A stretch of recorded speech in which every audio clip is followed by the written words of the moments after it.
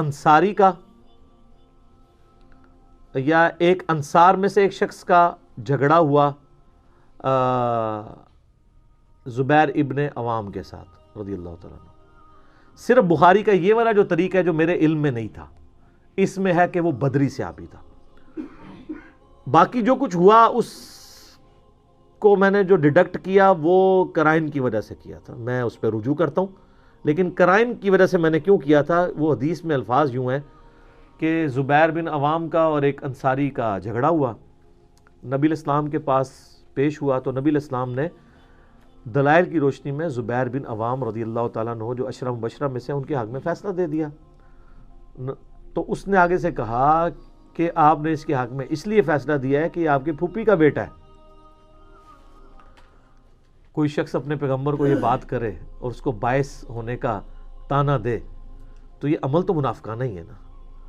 اس میں الفاظ ہیں کہ نبی علیہ السلام کے چہرے کا رنگ بدل گیا اور آپ کو اتنا جلال آیا کہ آپ نے اس کے ساتھ شفقت کی تھی. وہ ایک باغ کو پانی لگانے کا ایشو تھا، تو وہ انصاری کا باغ بھی تھا، پہلا حق حضرت زبیر کا بنتا تھا.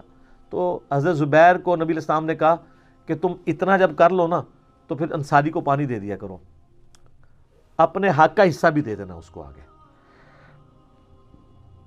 لیکن جب یہ بات ہوئی تو نبی علیہ السلام کو غصہ آیا. آپ نے فرمایا کہ اے زبیر تم اپنا پورا حق لو، جب پانی تمہارا اتنی ہائٹ تک پہنچ جائے اس کے بعد تم نے اس کو دینا ہے. کیونکہ اس نے بات ایسی کی تھی نا، پہلے آپ نے فضل کیا تھا اس پہ، پھر آپ نے عدل کیا، ٹھیک ہے. لیکن اس نے کیا بات کی کہ نبی علیہ السلام نے اپنے پھوپھی زاد کو فیور دی ہے، رشتہ داری کی. نبی کے اوپر یہ الزام لگانا کہ اپنے رشتہ داروں کو فیور دیتا ہے، یہ ایک مومن کا ایٹیچیوڈ نہیں ہے. البتہ کسی مسلم کا ایٹیچیوڈ دنیا کی محبت کے غلبے کی وجہ سے یا شیطان کے حملے کی وجہ سے پاسبل ہے. تو وہ بدری صحابی ہے، اللہ تعالیٰ ان کی غلطی کو معاف کرے. یہ ان کا ایٹیچیوڈ منافقانہ تھا، اگرچہ وہ صحابی ہیں. ہم اب ان کو منافق نہیں کہیں گے، ایٹیچیوڈ کو اس لیے کہیں گے کہ سیدنا عمر کی سنت ہے، بخاری اور مسلم دونوں میں موجود ہے. سورہ ممتحنہ آپ پڑھیں، اس میں وہ پورا واقعہ ہے اور پوری ڈیٹیل بخاری مسلم میں ہے کہ ابن ابی بلطہ بدری صحابی تھے. نبی علیہ السلام نے ارادہ کیا کہ مکے پہ حملہ کریں گے. انہوں نے مکے والوں کو خط لکھ دیا کہ نبی علیہ السلام تم پہ حملہ کرنے کے لیے یہاں سے چل پڑے ہیں، اور میں یہ نبی کا راز جو تمہیں لیک کر رہا ہوں اس کے بدلے میں تم سے ڈیمانڈ کرتا ہوں کہ میرے اہل و عیال اور میری جائیداد جو مکے کے اندر موجود ہے اس کو تم نے ڈیمیج نہیں کرنا. اب مجھے بتائیں، نبی علیہ السلام کا راز لیک کرنے والا، نبی کے ساتھ غداری کرنے والا کیا مومن ہو سکتا ہے؟ اچھا، نبی علیہ السلام کو اللہ تعالیٰ نے وحی کے ذریعے بتا دیا. آپ نے حضرت علی کو اور کچھ صحابہ کو بھیجا کہ اس طرح ایک عورت ہے، اس کے پاس وہ خط ہے، تو وہ فلاں مقام پہ پہنچی ہوئی ہے، اس کو پکڑو پیچھے سے، وہ خط کافروں تک نہ پہنچے. سیدنا علی نے جا پکڑا. وہ عورت منکر ہوگی کہ میرے پاس کوئی ایسا خط نہیں ہے. تو مولا علی نے کہا کہ جس شخص نے مجھے بھیجا ہے نہ وہ جھوٹا ہے، اور جس نے اسے خبر دی ہے نہ وہ جھوٹا ہے. اللہ اکبر. اگر مجھے ایز اے لاسٹ ریزارٹ تمہارے کپڑے بھی اتروانے پڑے تو میں خط کی تلاشی کے لیے ایسا کروں گا. تو وہ ڈر گئی، اس نے اپنا جوڑا کھولا، اس میں سے خط نکل آیا. سر یہ خط جب نبی علیہ السلام کی خدمت میں پہنچا ہے تو آپ سمجھ سکتے ہیں کہ صحابہ کا غصہ کس لیول پہ ہوگا. حضرت عمر نے کہا یا رسول اللہ اجازت دیں اس منافق کی میں گردن کاٹوں. حضرت عمر کو تو پتہ بھی تھا یہ بدری صحابی ہے، پھر بھی کہا منافق، کیونکہ عمل منافقانہ تھا.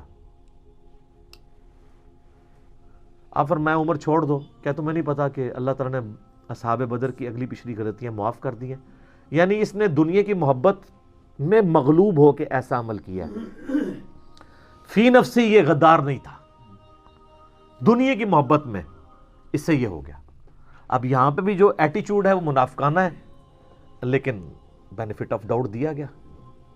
اور میں جان کی مان پاؤں تو عرض کروں، بعض لوگ ہمیں بار بار اس حوالے سے جو ہے نا وہ میسیج اور ای میلز اور واٹس ایپ گروپس میں سوال لکھتے ہیں کہ جی آپ ہمیں خود حدیث بیان کرتے ہیں صحیح مسلم کی کہ علی سے محبت نہیں رکھے گا مگر مومن، علی سے بغض نہیں رکھے گا مگر منافق، اس کے باوجود آپ حضرت معاویہ کو رضی اللہ عنہ کیوں کہتے ہیں؟ یہ تو سیدھا سیدھا ان کے اوپر فتویٰ لگتا ہے. تو میں ان کو بھی یہی کہتا ہوں کہ یہاں تو بدری صحابہ سے اس طرح کا عمل ہوا ہے تو نبی علیہ السلام نے ان کو منافق نہیں ڈکلیئر کیا بلکہ دنیا کی محبت کا غلبہ قرار دیا.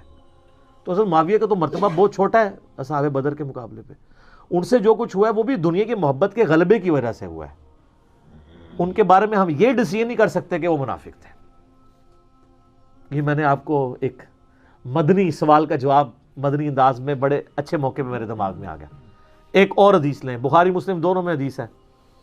غزوہ حنین کے موقع پر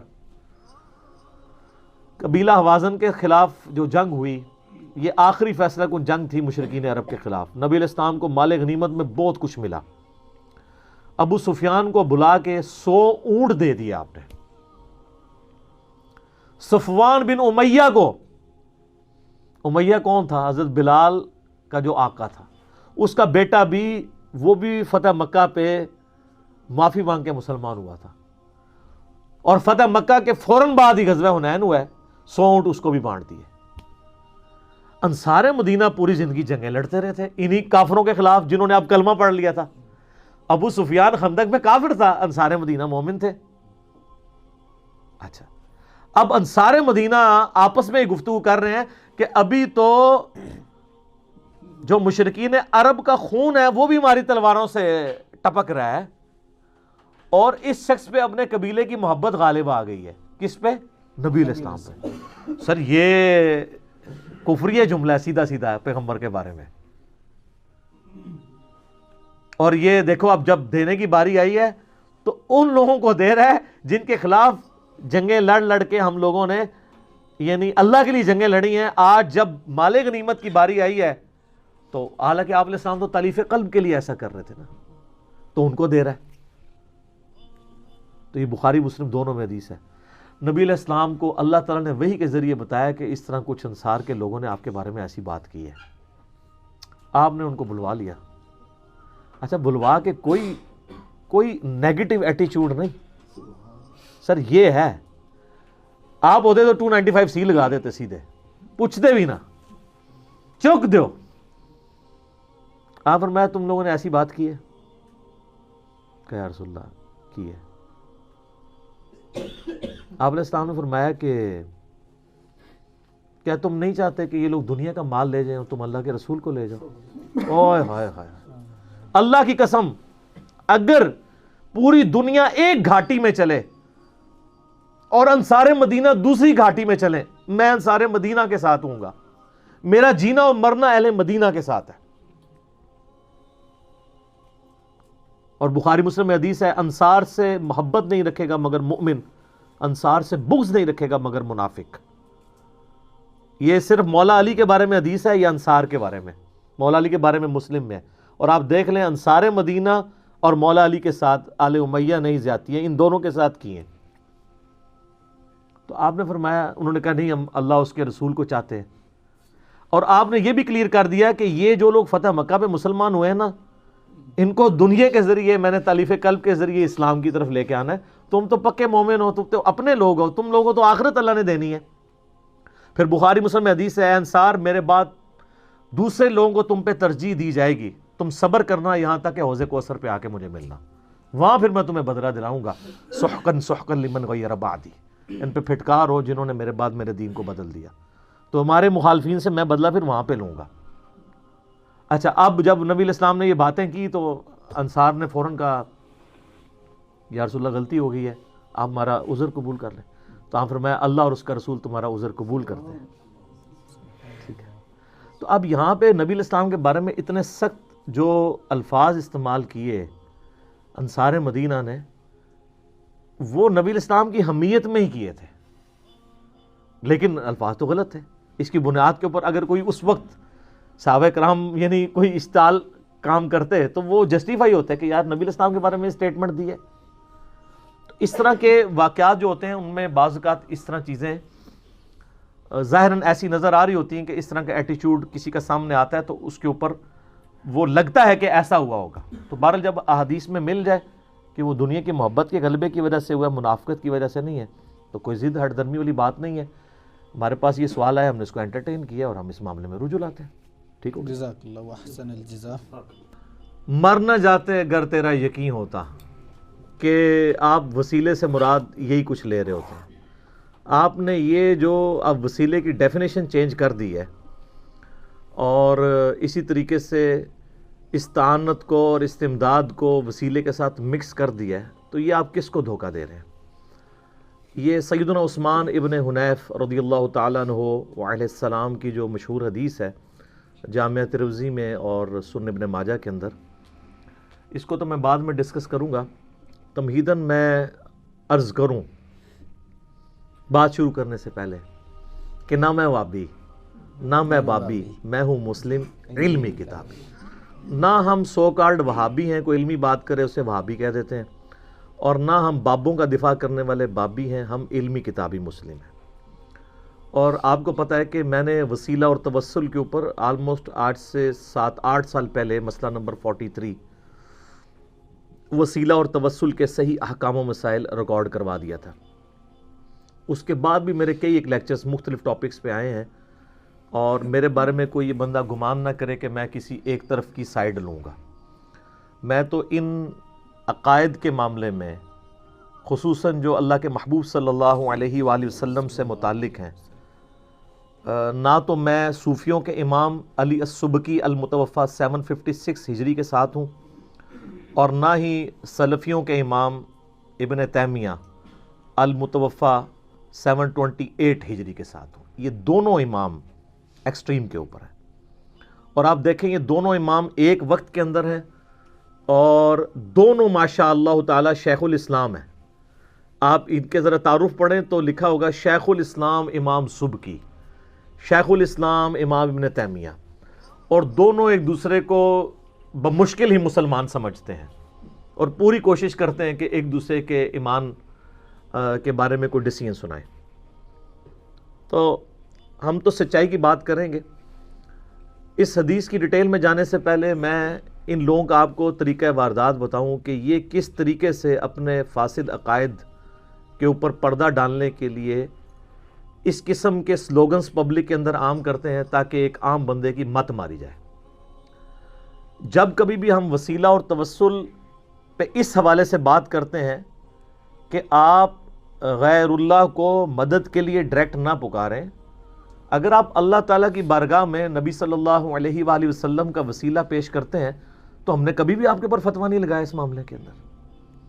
ہمارا جھگڑا یہ ہے کہ آپ استمداد کو اور استعانت کو وسیلہ کے نام میں لوگوں میں پروپیگیٹ کرنے کی کوشش کرتے ہیں، اور فوراً وار کریں گے جب بھی کبھی اس طرح کی استعانت کے اوپر بات ہوگی تو یہ فوراً کہیں گے جی آپ یا رسول اللہ کو نہیں مانتے۔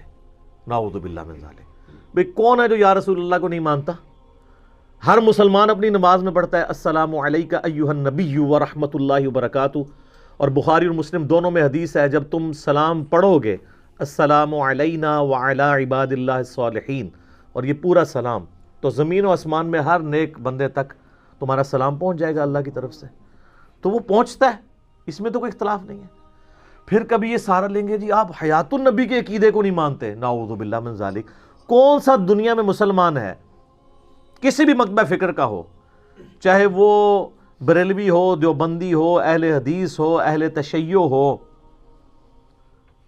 کس کا یہ اس معاملے میں کوئی اختلاف ہے کہ وہ حیات النبی کا قائل نہ ہو؟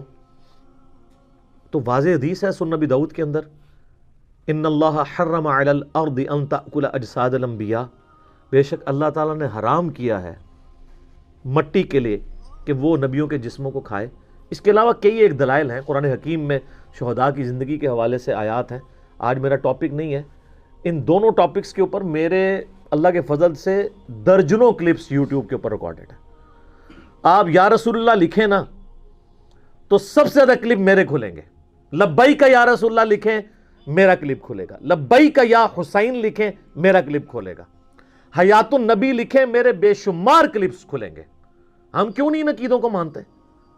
آپ صرف ان عقیدوں کے پیچھے شیلٹر لے کے، اور جو توحید فی دعا ہے، یعنی دعا میں اللہ کے ساتھ اور ہستیوں کو جو شریک ٹھہرائے ہوئے ہیں، اس کے لیے لیم ایکسکیوزو ڈیوائس کرتے ہیں، جعلی دلائل لوگوں کے سامنے لے کے آتے ہیں، اور ان چیزوں کے پیچھے چھپتے ہیں۔ کبھی وسیلہ اور توسل کے نام پہ چھپنا شروع کر دیتے ہیں، کبھی جو ہے وہ حیات النبی کے عقیدے کا سہارا لیتے ہیں، کبھی وہ یا رسول اللہ کے عقیدے کا سہارا لیتے ہیں، تاکہ ایک عام بندہ کہ جی وہ جی یہ تو مانتا ہی نہیں ہے، اور دیکھ لیں آپ نے مت کیسی ماری ہوئی ہے انہوں نے اپنی پبلک کی. یہ سارے کے سارے ان کے ایکسکیوزز چل گئے ہیں.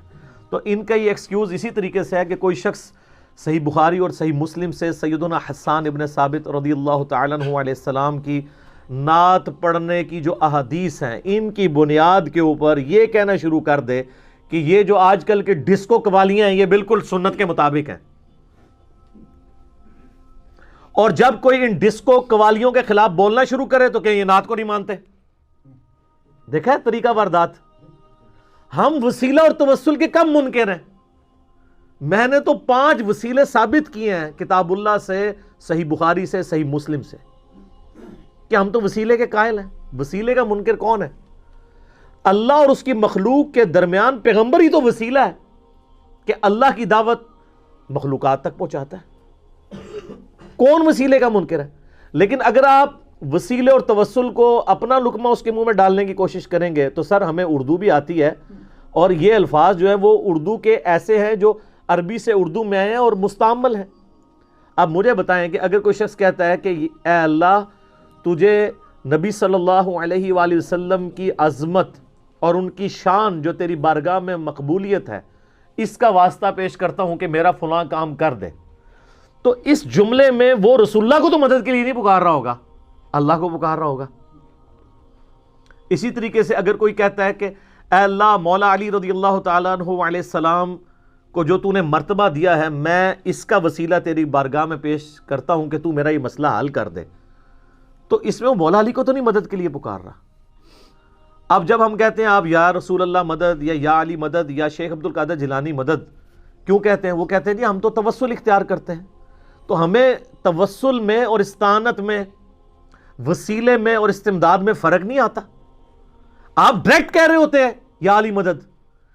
اب آپ نے اس کی ڈیفینیشن بدل لی ہے کہ یا علی مدد کا مطلب یہ نہیں ہے کہ علی ہماری مدد کرے گا، بلکہ یہ ہمارا عقیدہ ہے کہ ہماری بات مولا علی تک پہنچے گی، مولا علی اللہ کے حضور سفارش کریں گے اور اللہ ہماری مصیبت حل کرے گا. اور سر اس کو یا علی مدد نہیں کہتے، اسے کہتے ہیں اللہ تجھے علی کا وسیلہ، علی کا واسطہ. اب دو چیزوں کو یہ مکس کر رہے ہیں. ہم نے اس طرح کے وسیلوں کے اوپر کبھی بھی فتویٰ نہیں لگایا، لیکن جب آپ استعانت اور استمداد ڈائریکٹ شروع کر دیتے ہیں تو پھر ہم آپ کو کہیں گے کہ آپ یہ جو تعلیمات امت کے اندر پھیلا رہے ہیں یہ کتاب و سنت کی تعلیمات کے 100% منافی ہیں، اور کتاب و سنت میں بالکل اس کی کوئی گنجائش نہیں ہے. اب آپ لاکھ بہانے کریں کہ نہیں جی نہیں اصل مطلب یہ ہوتا ہے، بیچ میں یہ ہوتا ہے، اوپر سے یہ نظر آ رہا ہوتا ہے. سر عقیدہ جو ہے نا وہ قطعی الدلالہ ہونا چاہیے. یہ نہیں ہے کہ سامنے آپ نے پوسٹر کوئی اور لگایا ہوا ہے اور اندر آپ کوئی اور چیز. اور ویسے ان کا بھی قصور نہیں، یہ کر رہے یہی کچھ ہی ہیں. مسجدوں میں اہل سنت والجماعت لکھا ہوا ہے، اور نماز نہ سنت کے مطابق پڑھ رہے ہیں نہ صحابہ کی جماعت کی سنت کے مطابق پڑھ رہے ہیں، باہر لکھا ہوا ہے اہل سنت والجماعت. جب اتنا بڑا پوسٹر لگا کے پیچھے ان کا جعلی سودا چل رہا ہے تو عقیدوں کا بھی جعلی سودا آپ بیچیں گے. اگر کوئی شخص شراب کی بوتل کے بعد روح افزا یا جام شیریں یا نورس لکھ دیتا ہے تو لکھتا رہے، اندر تو جو چیز ہے وہی موجود ہے. تو یہ ان کے جھوٹے طریقے ہوتے ہیں جس کے ذریعے لوگوں کو دھوکہ دینے کی کوشش کرتے ہیں. تو میں ان سے ریکویسٹ کروں گا کہ اللہ سے ڈریں اور استعانت کو، استمداد کو وسیلے اور توسل کے ساتھ مکس نہ کریں. آج میرا ٹاپک نہیں، ورنہ میں اس پہ بھی 1 گھنٹہ کم از کم فی الودی بول سکتا ہوں. میں نے بڑی محنت کر کے 2 لیکچرز ریکارڈ کروا دیے ہیں. پہلا لیکچر ہے مسئلہ نمبر 3، دعا صرف اللہ ہی سے. استمداد کے لیے، استعانت کے لیے اپروپریٹ میں نے ورڈ جو ڈیوائز کیا، دعا صرف اللہ ہی سے. ایاک نستعین کی اپروپریٹ ٹرانسلیشن. یہ آلموسٹ 1.25 گھنٹے کا لیکچر ہے. جتنے اشکالات ہیں ان کے دھوکے وہ میں نے اس میں ریزالو کیے ہیں.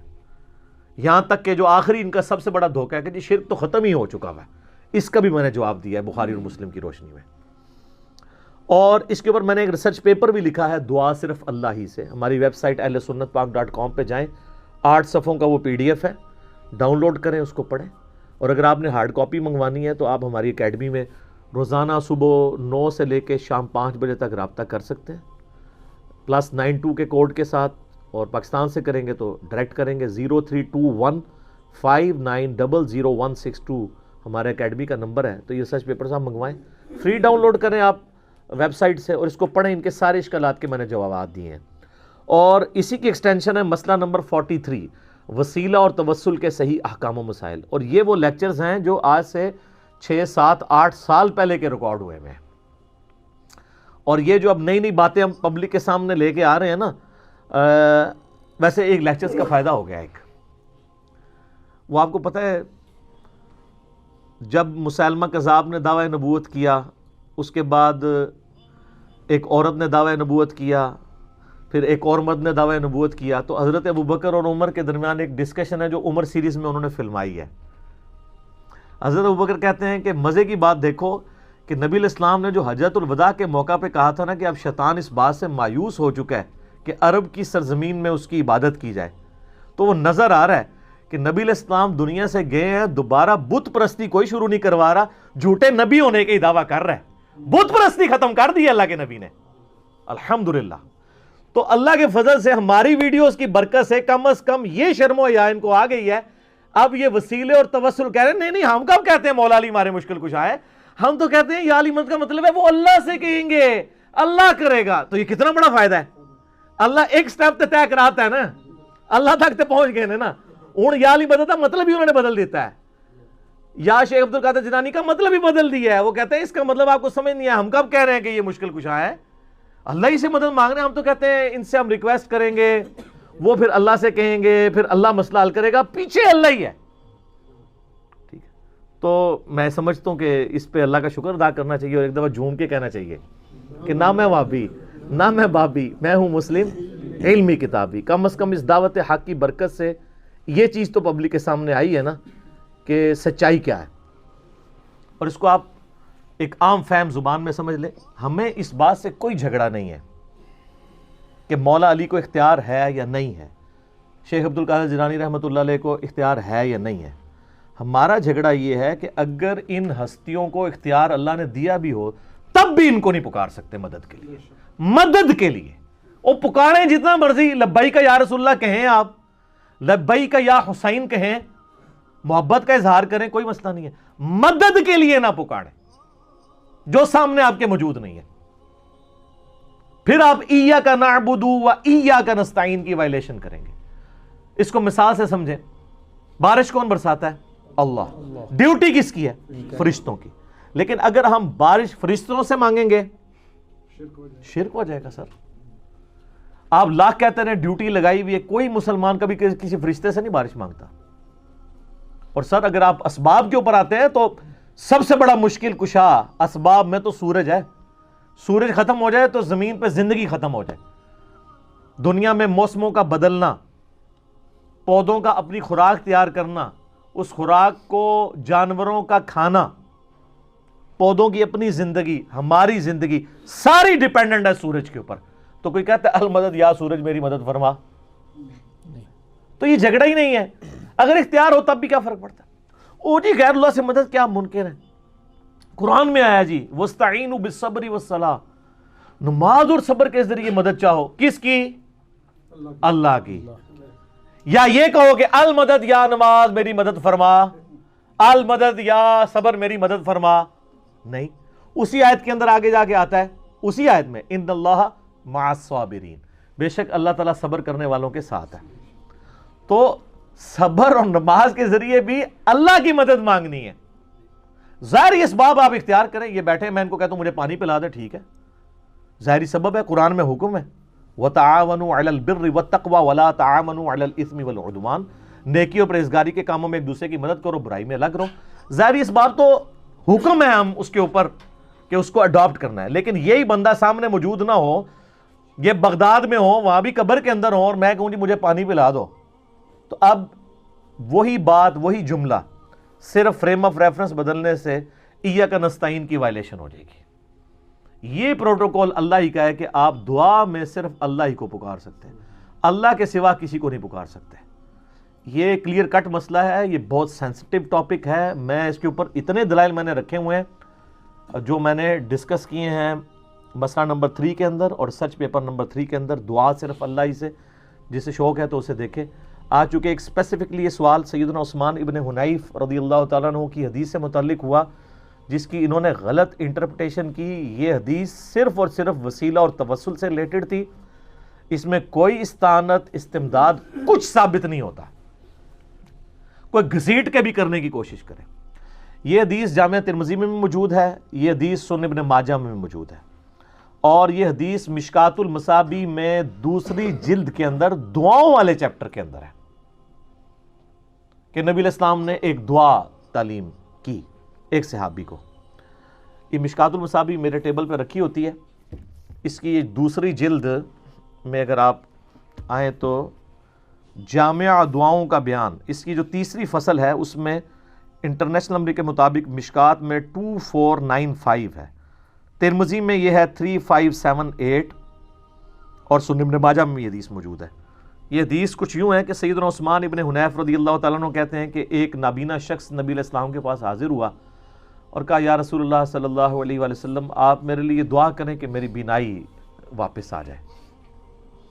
آپ علیہ السلام فرمایا کہ اگر صبر کر لو تو اچھا ہے, اور اگر تم چاہتے ہو میں دعا کر دیتا ہوں. وہ بڑا سمجھدار تھا, اس نے کہا جنت تو ویسے ہی مل جانی ہے, صبر کر کے جنت جو کمانی ہے وہ تو ایمان کی بدولت مل ہی جانی ہے, دنیا تو میری آسان ہونا. نے کہا نہیں یا رسول اللہ آپ دعا ہی کریں. تو آپ نے پھر فرمایا کہ تم اس طرح کرو, وضو کرو, اس کے بعد 2 رکعت نفل پڑھو اللہ کے حضور, اور پھر یہ دعا کرو اللہم انی اسألک واتوجہ الیک بنبیک محمد صلی اللہ علیہ وآلہ وسلم. اے اللہ میں تجھ سے سوال کرتا ہوں اور تیری طرف متوجہ ہوتا ہوں اپنے نبی کے ذریعے محمد صلی اللہ علیہ وآلہ وسلم, نبی الرحمہ جو کہ نبی رحمت ہے. انی توجہت بک الی ربی, اور اے اللہ کے محبوب صلی اللہ علیہ وآلہ وسلم میں آپ کے ذریعے متوجہ ہوتا ہوں اپنے رب کی طرف, لیقضی لی فی حاجتی ہذہ, کہ وہ اس حاجت کے معاملے میں میری حاجت روائی کر دے. اللہم فشفعہ فی, اے اللہ میرے نبی کی شفاعت میرے حق میں قبول فرما. اور سنن ابن ماجہ میں الفاظ ہیں کہ اے محمد, میں آپ کے ذریعے سے, یا محمد کے الفاظ ہیں. یہاں تو ہے نا کہ آپ کے ذریعے سے, اس میں یا محمد کے الفاظ ہیں کہ یا محمد میں آپ کے ذریعے سے اللہ کی طرف متوجہ ہوتا ہوں. اس میں وہ کہتے ہیں نبی علیہ السلام سے انہوں نے مدد مانگ لی ہے. اس میں تو واضح الفاظ ہیں, اس میں دونوں حصوں میں اللہ کی طرف متوجہ ہوئے ہیں. دیکھیں وہ پہلی دعا کر رہے ہیں اے اللہ میں تیری طرف متوجہ ہوتا ہوں تیرے نبی کے ذریعے سے, ان کے وسیلے سے, اور اے اللہ کے رسول میں آپ کے وسیلے سے اللہ سے مانگتا ہوں. تو اس میں استمداد کہاں سے ہو گئی؟ یہ تو وسیلہ اور توسل ہے. اور وسیلہ اور توسل کے بارے میں یہ جو ایکسٹریم رویہ امام ابن تیمیہ نے اختیار کیا, ہم اس کے ساتھ ایگری نہیں کرتے. ٹھیک ہے آپ وسیلہ اور توسل اختیار کریں, کوئی مسئلہ نہیں ہے. اور اس کو سپورٹیو ایک حدیث بھی ہے جس کی صحت میں اختلاف ہے, لیکن چونکہ ایک بہت بڑے امام طبرانی جنہوں نے یہ حدیث نقل کی ہے, المتوفہ 360 ہجری, جو امام حاکم نیشا پوری کے استاد ہیں, المتوفہ 405 ہجری. امام طبرانی نے کتاب لکھی المعجم الکبیر, طبرانی کی کتاب, اس میں یہی حدیث ایک دوسری فارم میں آئی ہے. اگرچہ اہل حدیث اس میں تھوڑا اختلاف کرتے ہیں, لیکن امت کی اکثریت اس کی صحت کے اوپر اتفاق کرتی ہے, امام طبرانی خود بھی. میں ان بحثوں میں نہیں پڑھتا, میں اس حدیث کو صحیح مانتے ہوئے بات کر رہا ہوں. اس میں یہ ہے کہ سیدنا عثمان غنی رضی اللہ تعالیٰ عنہ کے دور میں ایک شخص حضرت عثمان کے پاس گیا اور کہا کہ جی میرا مسئلہ ہے. تو وہ اپنی حکومتی مصروفیت کی وجہ سے اس کی طرف متوجہ نہیں ہوئے. تو وہ شخص پھر سیدنا عثمان بن حنیف کے پاس آیا اور کہا کہ جی اس طرح حضرت عثمان تو میری بات ہی نہیں سن رہے ہیں. تو حضرت عثمان بن حنیف نے کہا کہ میں تمہیں ایک دعا سکھاتا ہوں. میں نبی علیہ السلام کی خدمت میں موجود تھا, ایک نابینا شخص آیا تھا, اس کے بھی حاجت کا مسئلہ تھا, تو اس کو بھی دعائے حاجت نبی علیہ السلام نے تعلیم فرمائی تھی, تو وہی دعا میں تمہیں سکھاتا ہوں. تو انہوں نے یہی والی دعا, اے اللہ میں تیرے نبی کے وسیلے سے تیری طرف متوجہ ہوتا ہوں, اور اے اللہ کے رسول میں آپ کے وسیلے سے اللہ کی طرف متوجہ ہوتا ہوں, اے اللہ میرے نبی کی شفاعت میرے حق میں قبول فرما. ٹھیک ہے, تو یہ انہوں نے دعا کی. نبی علیہ السلام کو مدد کے لیے تو نہیں پکارا کہ یا رسول اللہ مدد, انظر حالنا, آپ میری مشکل کشائی کریں, اللہ کی طرف متوجہ ہوئے. یہ دعا اسی طریقے سے 2 نفل کے بعد پڑھوائی تو حضرت عثمان کی طرف سے بلاوا آ گیا, انہوں نے مسئلہ حل کر دیا. تو حضرت عثمان بن حنیف کا وہ پھر شکریہ ادا کرنے کے لیے آیا، تو انہوں نے کہا یہ دعا میں نے تمہیں سکھائی ہے، اس دعا کی برکت سے یہ ہوا ہے۔ وہ کہتے ہیں جی یہ دیکھیں جی اس دعا سے ثابت ہو گیا کہ نبی علیہ السلام کو آپ مدد کے لیے پکار سکتے ہیں۔ سر اگر مدد کے لیے ہوتا تو یہاں ہوتا اغثنی یا رسول اللہ، المدد یا رسول اللہ، کہیں موجود ہے؟ وہ دعا کے طور پہ انہوں نے تعلیم کیا ہے، ٹھیک ہے آپ کریں، ہمیں کوئی اعتراض نہیں ہے۔ نبی علیہ السلام کو مدد کے لیے تو اس میں نہیں پکارا، کہا ہے کہ اے اللہ کے رسول آپ کے وسیلے سے متوجہ ہوتا ہوں، اللہ تعالیٰ ہماری بات پہنچا دے، اس میں کوئی اختلاف نہیں ہے۔ ہم تو یہ بھی مانتے ہیں کہ سنن نبی داؤد میں صحیح سند کے ساتھ حدیث ہے، جب کوئی شخص میری قبر پہ آ کے سلام عرض کرتا ہے اللہ میری روح لوٹا دیتا ہے، میں اس کے سلام کا جواب بھی دیتا ہوں۔ وہ اللہ کا معاملہ ہے، یہ سارے معاملات برزخی ہیں۔ لیکن اس کو دنیاوی اگر کہیں گے تو پھر میں آپ سے کہوں گا کہ اس سلام کا جواب ہم سنتے تو کوئی نہیں ہے۔ اگر وہ دنیاوی ہو تو ہم سن بھی رہے ہوں، ہمارا پہنچنا بھی برزخی ہے، آپ علیہ السلام کی روح کا لوٹنا بھی برزخی ہے، اور اس کا جواب دینا بھی برزخی ہے۔ وہ اس ٹائم اینڈ سپیس کی چیز نہیں ہے۔ لیکن یہ اس کو حقیقی اور حصی بنانا شروع کر دیتے ہیں، اس حوالے سے وہاں سے اختلاف شروع ہو جاتا ہے۔ تو سر یہ اس حدیث سے مجھے بتائیں استعانت کو یا استمداد کو گھسیٹ کے ثابت کرنا، تو میں اس کے اوپر وہی بات کروں گا کہ یہ اسی طریقے سے ہے جیسے کوئی جو ہے وہ نعت کے فضائل کے ذریعے ڈسکو قوالیاں ثابت کرنا شروع کر دے۔ وہ دو الگ چیزیں ہیں۔ آپ صرف کسی چیز کے، میں نے پہلے بھی کئی دفعہ عرض کیا کہ ہمارے سب کانٹیننٹ کا کلچر ہے کہ وہ 10 لکھا ہوتا ہے نا تو ایک صفر لگاتا ہے ایک بزرگ آ کے، اس کو 100 بناتا ہے۔ ایک اور بزرگان دین میں سے ایک بزرگ آتا ہے، وہ کہتا ہے نہیں صفر میرا بھی لگا لو، کرتے کرتے وہ لاکھ بن جاتا ہے۔ 10 سے بات شروع ہوتی ہے اور وہ لاکھوں تک پہنچ جاتی ہے۔ جتنی بات ہے اتنی رکھیں، اور یہ سیدنا عثمان بن حنیف رضی اللہ تعالیٰ عنہ کا فہم ہے کہ انہوں نے اس دعا کو نبی علیہ السلام کی وفات کے بعد بھی ایز اے دعا تعلیم کیا ہے۔ ہم کوئی اس معاملے میں کسی کے اوپر فتویٰ نہیں لگاتے، کوئی کرنا چاہتا ہے ضرور کرے۔